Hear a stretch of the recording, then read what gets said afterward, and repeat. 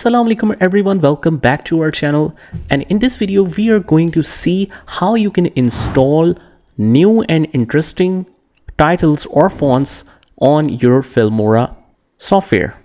So we have a choice of lots of fonts here, but sometimes we need some more. So for that I can go to a free website, that is thefont.com. You will just write the font here on Google and you will click on that. And then we have a lot of fonts to choose from. So you can choose any font you like. For example, I really like this one and this is the name for it. So what I'll do is just download and click on start. And once it is downloaded, let's click on open folder. And here you will extract this first. So I'll right click and click on extract all, extract this. And afterwards, you have some different files here, but the installation file is this first one. If you have more installation files like this true type font file, you can click select all one by one, right, like this, by holding the control key and install them all.